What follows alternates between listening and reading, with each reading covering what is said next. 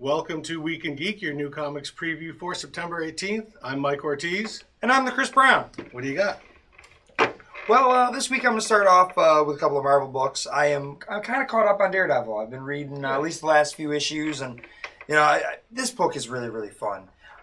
We've got it looks like we're fighting the Jester, who's an old Daredevil villain. So just kind of previously they were fighting Silver Surfer. They were trying to find the Power Cosmic was there, and they were worried about what he was doing. And Matt and Surfer have like a little adventure where at one point Matt is bonded to the board. He's like, "Oh, don't worry about it, I got this," and he's zipping through Hell's Kitchen and not doing so well. Pretty fun. I love the artwork. This is Chris Samney on here, so check out Daredevil. Been a fun one. Then I've got Morbius, the Living Vampire, issue number 9. This has got to be getting to the end here. I know we're wrapping it up soon, and this is the last issue of Morbius. He is in the town of Brownsville, I believe, and trying to protect the downtrodden there. Very much a 90s sort of concept. I mean, they've had Venom was living underground in San Francisco protecting homeless people, and now they've got Morbius protecting the downtrodden of Brownsville. And there's looks like we got is that one of the Legion of Monsters? One of the which would be appropriate because Morbius was one of the Legion of Monsters. It's been an interesting kind of book. They've tried to make him a hero. They've sort of pitted him against the Rose, and I guess that's all coming to a head here. Cool. That confrontation he's had where the Rose has tried to make Morbius do what he wants him to do and moving things around. And the story only went 9 issues, so they were only able to do so much, but it had been fun and I liked it. Then I'm looking at, this is an issue number 1 from Dark Horse. This is a book called Buzzkill. Dark Horse has had all kinds of interesting things lately. This has a quote on the front by Mark Waid that says, "God, I wish I'd thought of this." This is a superhero who's wasted all the time. Interesting. If he's not drunk or stoned, he has no superpowers. Okay. And I think that's true of so many drunk and stoned people who believe they are superpowered while drunk and or stoned. Indeed. And so the artwork looks pretty cool. This is done by, what do we got here? Art by Jeff Shaw. Kind of a cartoony look, a little sketchy. I mean, our character does sort of look like the character from Think Tank. Yeah. But that's all right. Also has a little bit of a Sean Murphy feel. Oh, yeah, a little bit. Spots. A little bit. And they kind of, they try to make it look like it's the old school comics. They pixelate the panels there. But it sounds kind of interesting. I remember seeing this in the catalog and thinking, all right, I'll try it. Another one by Dark Horse. This is another miniseries. This one's going to be 1 of 5. I like when Victor Gischler does the monster stuff.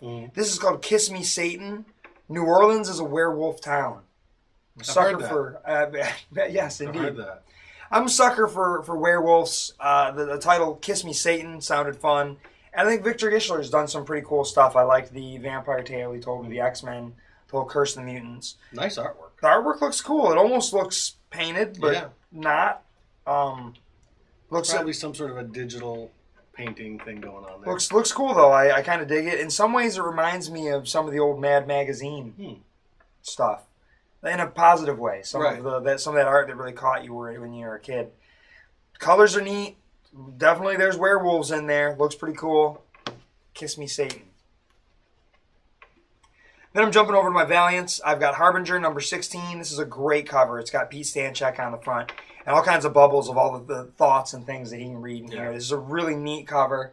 Really, I mean, if you look at it and kind of stare at it for a minute, it looks a lot of really cool stuff going on there.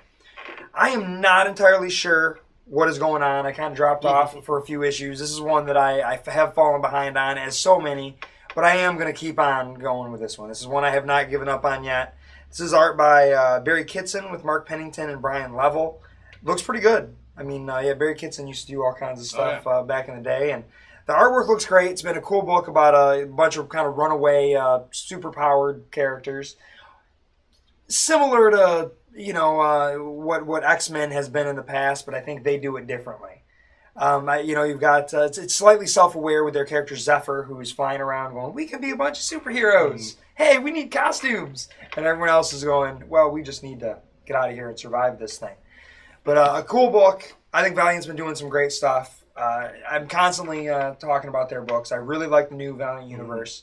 And that brings me to my next book, X-O Manowar 17.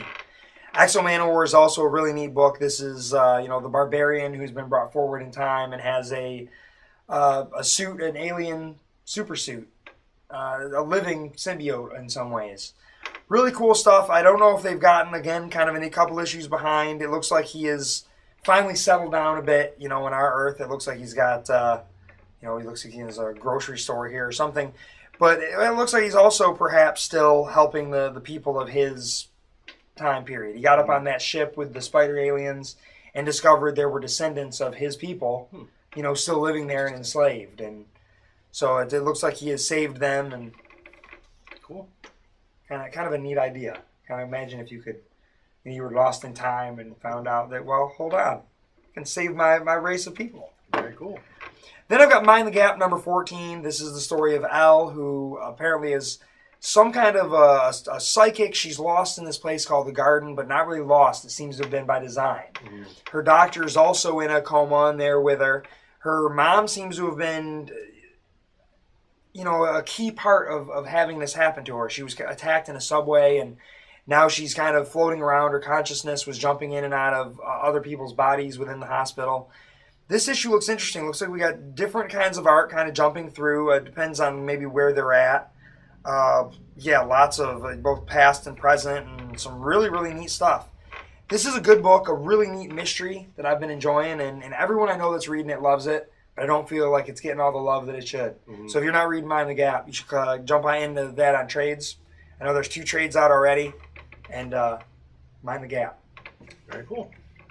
I'm going to start off with Batman 66 number 3. This is written by Jeff Parker, as always, but we've got art by Joe Quinones and who else? There's another artist on this. I can't find the second artist. Well, Sandy Jarrell, actually. It's right on the front cover. And this is the Batman 66 debut of the Joker. Oh, cool. Everyone's favorite Batman supervillain.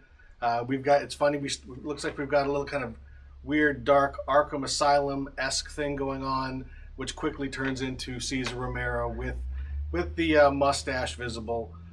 This has been a fun book. It looks like we've got some Red Hood in here too. Cool. So they're getting to do the kinds of things that they really couldn't do on the show. They can bring in characters from the comics. They can kind of take things in a different direction. But yeah, if you're a fan of the TV show, as I am, you're going to want to give this a look, because it's a lot of fun. Great artwork. It looks like we've got Egghead in the second story. Awesome. Because there are 2 stories per book. I love Vincent Price. Really a lot of fun. Very kind of pop art looking. We've got some big dots. It's not trying to look like an old comic, but it's trying to have the sort of the aesthetic of pop art like they had on the old TV show. So it's a lot of fun. Looks pretty cool. And also out this week, kind of tying into this, we've got these cool Batman 1966 toys. They look pretty neat. They also come with a card in every one. Yep. They're made to look like those Batman 66 cards that are pretty sparse. Here we've got Batman, Surf's Up Batman with the surfboard and the surf trunks. Does he have shark repellent at all? Does he come with shark repellent? I don't see shark repellent. That would be in the Batcopter. Maybe that's all right. And then we've got, of course, the Cesar Romero Joker with the sculpted mustache on there for accuracy. There's also a Riddler and a Penguin, apparently a Catwoman. I love the packaging where they're kind of climbing up the building there, and everyone has a different word bubble.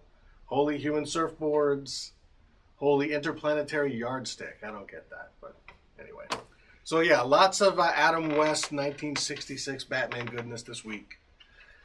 Next up, I've got Lex Luthor number 1. This is Superman or Action Comics 23.3. This is continuing Villain Month. We've got the 3D cover, and of course, it's Lex Luthor. My favorite Superman villain, really the main Superman villain. Yes. We're going to get a little bit of backstory on him, hopefully. He's in that purple and green He's got suit. the battle suit on the front. I don't see it too much in the issue itself. I saw it at one point. But yeah, I mean, Lex, yeah, there we go. I'm a fan of the purple and green suit. So yeah, we've got Lex Luthor. I don't know if this is one set in the past. Okay. Or if it's going to be one, because I know Luthor's playing a major role in Forever Evil. So some of these are leading into Forever, like this one says to be continued in Forever Evil. Some of them do. But I know for sure Luther's playing a big role in that. Okay. So this may be leading into that. I'm not quite sure, but it does look like there's some flashback too. Next up, along with Villain Month, we've got Green Lantern 23.3. This is Black Hand. Black Hand is not my favorite of the Green Lantern villains. He was at the heart of the Blackest Night crossover, and it looks like we're going to focus on him. Again, get a little backstory, plus maybe some more stuff in the present. Looks like we've got a lot of backstory here. He raises Hal Jordan's dad, apparently. So yeah, he's back to being a Black Lantern. For a brief time, he was an Indigo Lantern, but that all changed. Next up, we've got Superman 23.3. This is Ha'el. I don't know how you pronounce that. I was not a big fan of this particular character, but where he left off, he was sent back to Krypton's past, and he may be changing the history of Krypton. I believe this is going to play out in future storylines. He actually meets up with Jor-El again in his current form. We've got some artwork by Dan Jurgens and is written by Scott Lobdell. So yeah, even though this is not necessarily my favorite Superman villain, I think I am checking all the Superman ones out just to see where they're going to fit in with the upcoming storylines. But we do have actually a pretty nice cover on that one. Next up, Batman and Robin 23.3. This is Ra's al Ghul League of Assassins #1. This is one of the ones I was looking forward to get some new history That one on the cool. character. This one definitely is kind of going back. It goes all the way back to the Crusades because Ra's has been around for a long time. So yeah, it seems like that's what these DC Villain Month books. They're either kind of teasing future storylines, leading into Forever Evil, or just giving you backstory on a character that hasn't shown up much in the universe yet. Ra's showed up, I think, at the end of Batman Incorporated. Well, that would make sense. And that was, I think, the first time he had actually appeared in the New 52. Okay. So now we're going to get a little bit of his new origin. Batman Inc. wasn't paying much attention to the New 52 anyway, right? It was. So does it count? It counts. It's all in canon. But there's some contradictory things. You just sort of let that go. Wrestling business. Next up, it's Superior Spider-Man #18. This is Dan Slott with Ryan Stegman. Stegman's my favorite artist on this book. Oh, he draws such a great Spider-Man. Yeah. I love his Spider-Man. Absolutely fantastic stuff. And this is continuing Spider-Man 2099 has come back to the past. Something is happening in the present that is making the future dissolve. That sounds familiar. Could it be that it's not, that Peter's acting like a jackass? So he has to come back in time and solve things. And actually, they've done a pretty good job of linking stuff that's going on in the comics now with, I can't remember the name of the outfit that Peter was working for, Horizon Labs and Liz Allen Chemicals. And Allen Chemicals goes all the way back. Right. Linking that to Alchemax, which is in the 2099 universe, kind of the big evil corporation there. So Slott's doing a nice job of actually kind of like showing that the seeds for 2099 are being laid here. Obviously, once we actually get to 2099 in 80-some years, none of that will have happened, I'm sure. Peter Parker will still be Spider-Man, and it'll be 2199. But in any event, this is kind of a crossover people have been looking for a long time, and we're finally getting it. I was a big fan of the 2099 book. I liked it too. It was really the only 2099 book that I liked. But so we've got that going on, and still, all the stuff that's been going on, the subplots with Otto and Horizon Labs and things like that. Next up, we've got Uncanny X-Men #12. This is Chapter 4 of Battle of the Atom. I've really been enjoying this book a lot. I have too. We've got Scott and Jean on the run from the modern day X-Men and the future X-Men, and they're hiding out with Scott and Magneto's Uncanny X-Men. At the end of the last issue, that's where they end up. That's what happens, and now they've shown up, and of course, I'm assuming the so-called evil X-Men are going to be protecting them. But this has been the X-Men books have just kind of undergone a renaissance. I really enjoy the direction of these books now. We've sung their praises many, many times. Oh yeah. If you're not reading them, you should be. But Bendis has really done a nice job with, and he takes a Yeah. lot of flack for his storytelling style, but I tend to like what he's done. Mhm. Yeah, I mean, the stories are told over a long period of time, and then the backstories and the characters and all of that. I mean, we've got the some sort of, we'll spoil it now because it's been out for a month, but some sort of Jean Grey from the future. But obviously, that future we don't know if that's going to come to pass. Right. It's a slightly different X-Men of the future than we've seen before. So who knows how all this is going to plan out? Time travel is just messy. I thought time travel already broke broke everything, but whatever. Yeah, so we'll see. Next up, we've got New Avengers. What issue is this? Issue 10. This is an Infinity crossover. This is Hickman and Diodato. This is, of course, the Illuminati team on the cover here, and they've been at the heart of what's been going on in the Avengers. The Infinity Gems rather, were destroyed a while ago in this book. There's a secret. We found out that Thanos has a son somewhere amongst the Inhumans. Really, a lot of great stuff's been going on in the Infinity book, and here we're getting the perspective of that Illuminati group. Great art. They're looking for something. I wonder if they're trying to find maybe the last of. I know one of the gems actually survived apparently, so maybe they're looking for that. We've got some Doctor Strange, lots of good stuff. And that issue is titled "The Thanos Seed." Ah, okay, very cool. So yeah, really great stuff. I've been enjoying Hickman's Avengers pretty much from the beginning, and we again another book we've been singing the praises of. I'm finally ever getting caught since it up came on that. It's good stuff. It's worth it. Yeah, So that's my stack. All right, I guess that brings me to the top of my stack here. I'm looking at Peter Panzerfaust number 14 from Image Comics. I absolutely love this book. It's a fun sort of look at Peter Pan, but it's a little bit. It's better than that. I mean, it's better than just a sort of a twist on what you knew. It's taking a historical look at World War II and kind of mystifying it a little bit, but being historically accurate to some degree, and sort of the brutality of what happens and a group of orphans that have to deal with it. And, the person that's leading them is Peter.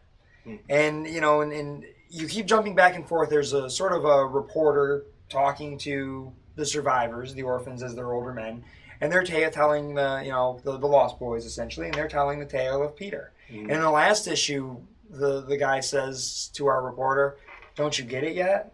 Peter can't die." He doesn't. He just doesn't.